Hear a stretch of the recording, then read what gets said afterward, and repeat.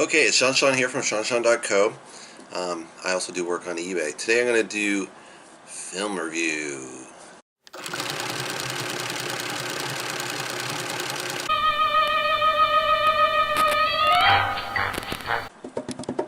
So today I'm going to review Mission Impossible, the latest one that came out, Fallout. Mission Impossible Fallout. So what I think of the marketing, the fact that the marketing misdirects slightly, they bring out a little small plot twist in the movie, but it doesn't give away anything basically, so they completely misdirect. So I really like this in the sense that, you know, they put enough action out there. You know it's going to be an action movie, obviously, which is fine. It's an action movie. You got to put out some action out there, and you know Tom Cruise is in it and his team. But it gives you like a really big misdirection. So because of that misdirection, it really gives it a different flavor going in. You think, oh, his whole team's abandoned him, right? And then they flip the switch and it's something else. So that's really fun. You know it's a Mission Impossible plot, but the marketing is really genius. I gotta hand it off to the marketing guys. Great job. Usually marketing people, they just ruin a movie. I mean, I guess part of the reason why they do this in a lot of other movies is because you can give away actually the plot or even the end of the story, which is crazy. I wouldn't do this, but you can actually give away like a huge plot twist in a marketing thing, and people won't mind. They'll actually like the story better, which... who are these idiots, you know? I fucking hate that when they'll give me the plot like... Titanic I didn't go see purposely because I knew the movie, you know? You go on a boat, the boat goes and hits this iceberg, blue, blue, blue, blue, drinks, and the guy's dead at the end of the film. Shiver me timbers! It's like, they give it all away in the marketing. What's the point of seeing the film? Totally stupid, right?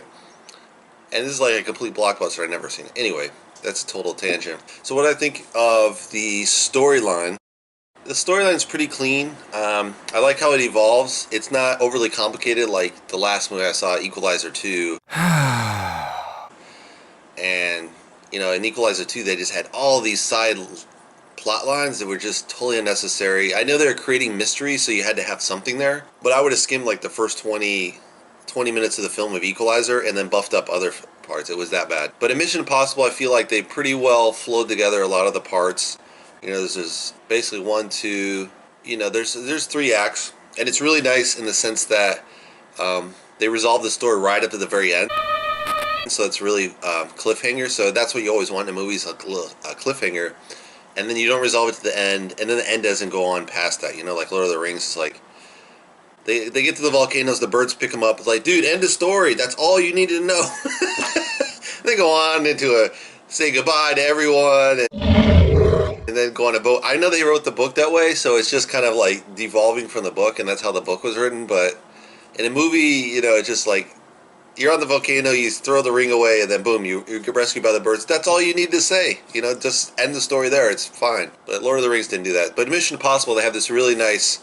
There's a really good tension, and you know it's building up, which is any good story. You want that huge build up, and they have a really good build up as far as what goes down in the story. So I really like that. They brought in some new characters, Superman. Faster than a speeding bullet. More powerful than a locomotive. Able to leap tall buildings at a single bound. Look, up in the sky, it's a bird. It's a plane. It's Superman. Yes, it's Superman. Who's supposed to team up with Tom Cruise, so that's kind of fun. And then, you know, that changes along the way, so that's pretty interesting. And there are loggerheads through a lot of the film, so that's pretty fun. And what did I think of the sets? I thought the sets were pretty good. There's not as many stunts, I think, in this one as in other Mission Impossibles where they just did crazy stunts. I think it was the last Mission Impossible where they go to India and back and forth, and it's like the story makes no sense. I mean, it's just a fun story, and you're going there for the fun, you know, blow up stuff and fancy cars and all that. And the movie has all that, but the ending in India or whatever just really has no sense, you know. I mean, there are, you know, Indian billionaires with Ferraris and stuff, but it's like, dude, you can't even drive 20 miles an hour in India. Why the hell would you have an exotic car? It kind of doesn't make sense. I mean, rich people buy that car no matter what, but you can only go to a special track in India and race that, otherwise you can't even use the car right.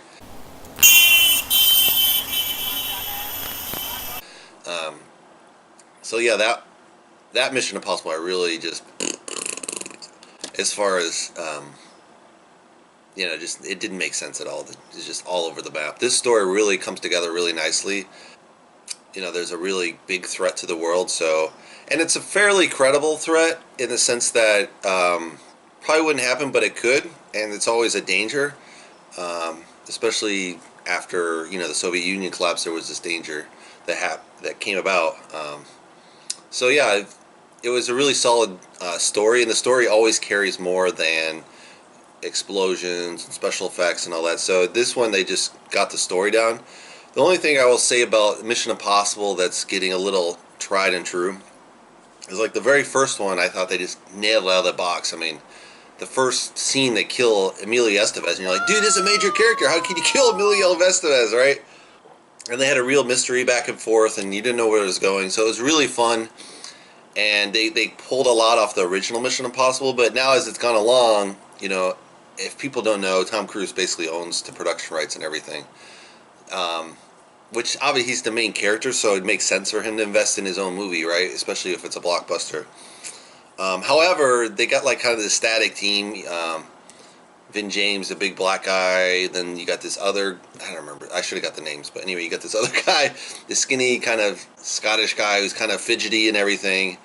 And in this one, he kind of plays some of the action roles, which it kind of doesn't make sense. But on the other hand, it's kind of true to real spy work in the sense that everyone's not this beefy guy that goes blows up the world, right? It's a lot of spying on people, collecting documents, and this kind of action. So his character kind of rings true to what a real maybe CIA agent might be.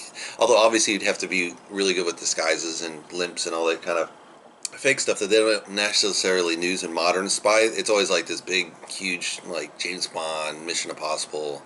Like who can do the better stunt work, right?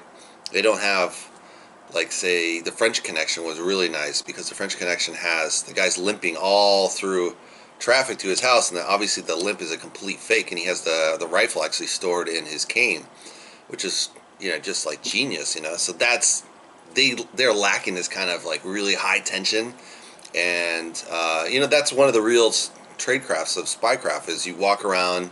You run into a bathroom, someone's fallen, you walk out as an old man with a limp, and you put some rocks in your shoes, and it's just a classic gimmick, and it works, because people see a guy with a limp, and it's like, oh, it's not the same guy, you just put on a little beard, or maybe some gray hair, and then if you're walking with a limp, you look like an old guy. It's totally believable, and they don't use this in spycraft. It's a total waste. As far as the languages, too, here it's all in English, so it's just fun, easygoing, and would they have used languages in this? Probably. They probably would have spoke some of the local languages. So that's a little unbelievable. And especially, it kind of ties up some of the plot holes with his, former romances and his ex-wife. So that's kind of nice. They pull those characters together in the end. So that's pretty, it gives it a nice feel-good story. But again, it kind of feels like... not to say anything bad about Tom Cruise. He's probably been enough through when all the tapes on Scientology came out, but... I think it's a privilege to call yourself a Scientologist, and it's something that you have to earn. And because a Scientologist does, he or she has the ability to create new and better realities and improve conditions. Anyway, with the Scientology twist, it's kind of like they're looking for a girlfriend, they can't find the right one. It's like the subplot, the subtext in the movie, right? He's like, oh, I got the ex-wife, it didn't work out. Oh, I got this other guy, didn't work out. Like, none of the romances work out for Tom Cruise, kind of. And they brought that into the film, and you're like, why? I mean, it's fine for a story, but, it's like Tom Cruise making fun of himself in a way, I think. I don't know if I would have went with that if I own the production and I'm in it, but, I mean, it's just a character, right? So if it's a character in a movie, what are you going to do? Special effects. There's much less special effects. Good enough that it feels like a Mission Impossible as far as blow them up and everything, but less special effects, but the storyline is, they just nail the story. It makes way more sense than the last one in India. I don't know what the hell was going on. I mean, it had great special effects in that one, but the storyline just didn't make sense. So it's really crucial if you do a really good... Any movie should have a good story. If you don't have a good story, don't shoot it with special effects. Like Equalizer 2, again, like a good 30% of the film I would have cut and then refilmed it with other stuff in there that works more around the characters. They misdirected too much and too many side plot lines that just didn't go anywhere and had nothing to do with the main plot. And nothing really to do with him investigating. So, Equalizer had some big flaws for that. This one, it's a fairly straightforward plot line. There are some twists and turns, which you always want in a good spy book. It's always nice if you don't really know who the villain is until close to the end. So they really retain a lot of the cliffhanger moments to the middle. How do they diffuse these bombs that they're trying to find, and who's the actual villain behind this whole secret organization, which that's really fun. I think that's a really great twist. It was kind of like an earlier Mission Impossible where they have to break into the Pentagon, the Defense Department, and steal these tapes from the most secure building in the world. It's totally preposterous, but it's a great plot line and a great story. They escape as being firefighters, and they have it all planned out, and it's quite clever. So that's kind of what you want to see in a Mission Impossible, and I think they really kind of do that. They have like a lot of plot twists. They use a lot of stuff they've used in other films, like the fake faces. So the fake face is kind of old at this point. So it's getting, some of the things are getting stale, but again, the storyline was great. I think they probably at this point maybe should wrap up Mission Impossible. I have a feeling they just go until it's a dead turkey at this point. Probably because Tom Cruise is getting lesser parts now, so this is the only thing, his only game in the town besides the Jack Reacher. And he does a decent Jack Reacher, although from the author hates that Tom Cruise does it because his character's supposed to be blonde, 6'1", and obviously Tom Cruise, like the typical actor, is very short. He's one of the shorter actors out there, so which works great on film because you look bigger. Everything looks bigger around you, so it kind of gives that dramatic effect. Like, here, look at my giant coffee mug, and look, here's my giant cat. So that's great for a film. So that's why they use smaller people. They just look bigger in the rooms and stuff. And I think their heads look bigger than their bodies a lot of times. So, Tom Cruise has a little bit of that element. So that, and he's also a good actor as far as action figure. He plays mostly within his roles. He has done some really great dramatic roles, like July 4th. I really liked him in that. That was where I felt, he really stretched himself. McGuire movies, unless you're a real sports buff, I just thought that was just, it was trying to, him as a comedian, and it just didn't work. It fell flat for me as far as the comedian parts, and then I was probably half the film that he's supposed to be this funny guy that quits his job and all this, and that story just didn't work for me at all. The one with Paul Newman is freaking fabulous as well. Color of Money, I want to say.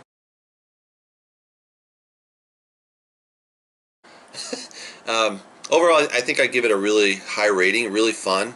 I saw it in this new Dolby Cinema.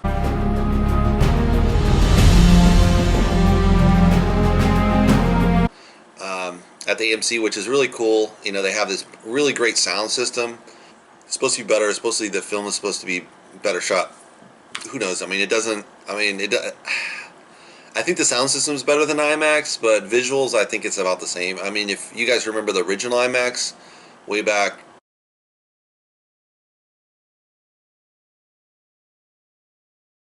maybe when it originally came out, it was at amusement parks, and it was special screens that are 100 feet, 200 feet tall, really huge screens. That's dramatic, and it was all in 60 millimeter. Now it's just, they call it IMAX, and it looks like it's shot on 35 millimeter. I'm like, that's not IMAX, and you're charging IMAX prices for, the only thing that's IMAX in there is maybe the stereo system, But you don't get the 100 feet tall thing. It's like, well, what's the point, right? But it's good that these theaters are starting to introduce things like the Dolby experience. I don't know if $21 for ticket price is smart. There are people that can afford that, but man, if the ticket price was like $5, it would be equivalent to what you would pay in. It'd be the equivalent of paying what you do on TV, but then it's like you could actually get people in the movie theater. I used to work in the movie theater, and at a certain points you max out on your labor, and these guys are just totally under maxing their labor in these cinemas. There literally is, you go into most movies and it's vacant. During the week that makes sense. Most people go to their job, and so it's going to be dead during the week, and that's why all the movies do the summer blockbusters. People have more time off, especially kids, and they're the dominant audience, right? So they're pitching to kids more than, which makes sense. They have a little bit more spending money sometimes in the summer, but so they are stuck with a youthful audience. But they're really, I feel they're losing them, especially with these 40 minutes of advertising. It's crazy. It used to be 5 minutes in the States, and that was just beautiful. I went to Europe. I'm like, why is there 40 minutes of commercials? It's horrible, right? And in America, when back in the 80s to 90s, it was 5 minutes. You would literally see 5 trailers, and then boom, the movie started. It was great, right? But now they're just like empty theaters. You have to list 30 minutes of commercials, and they're competing against TV, HD TV, which is really good. If you got a kick-ass sound system, you're like, why go to the movies? I mean, they really should just release it straight to TV at the same time they do cinema, and just let the cinema, go for what they can get, because it's really, really stupid. Because most people just wait until. I mean, if I wasn't reviewing movies, I wouldn't be going. To tell you the truth, I love some of the movies I see, but some of the movies I'm like, this is a total DVD movie, right? Especially at home. Once you got HDTV, it's like, why go to the cinema? And I really feel these cinema guys are really doing a poor job. I mean, the mom and pops are doing the worst, and obviously most of them are closing down because they're not innovating at all. You really need to be at the multiplex. The only thing that's going to survive is multiplex, and the multiplex really should be like this Dolby thing that came out. All of them should be Dolby. It's like, dude, yeah, make everything Dolby, dude. It's kind of obvious. You're competing against HDTV. You better be, because the Dolby experience, they have like these nice recliner chairs, and they sit less people, but at least it's a better movie experience, right? And they should have this, and they have a beer and wine thing on the Fridays and Saturdays, which I think is smart. It's kind of amazing because it took, they're literally 20, 30 years behind Europe. Europe had this for 20, 30 years, and that's just easy to compete with, and a little bit better food. They still have this kind of crappy food. I really think they should just pair with other restaurants and let them bring in their own food, because either make good food inside the movie theater or just don't make it. And again, with the lower ticket prices, you can really make it up on the popcorn cokes, because popcorn cokes, they're making a killing. I mean, popcorn is like the cheapest ingredient. Coke is one of the cheapest ingredients. Yeah, I mean, Coke you make for literally like 3, 4. It's like 10 cents for the drink, 2 pennies for the cup, and then you're charging $5, right? So the markup is like literally like 3,000% or something. It's some crazy markup, right? And the popcorn, again, it's like you're buying raw bull corn. You're buying the grease, which is the only thing processed, and so it's grease and popcorn. Like, how hard is it, guys? So yeah, as far as Mission Impossible, I think it's a really good movie. I'd recommend it. I think the franchise is getting tired, but it's a pretty solid movie. It's definitely worth going if you like action films. So I'd go see it. That's my recommendation. Thanks, guys.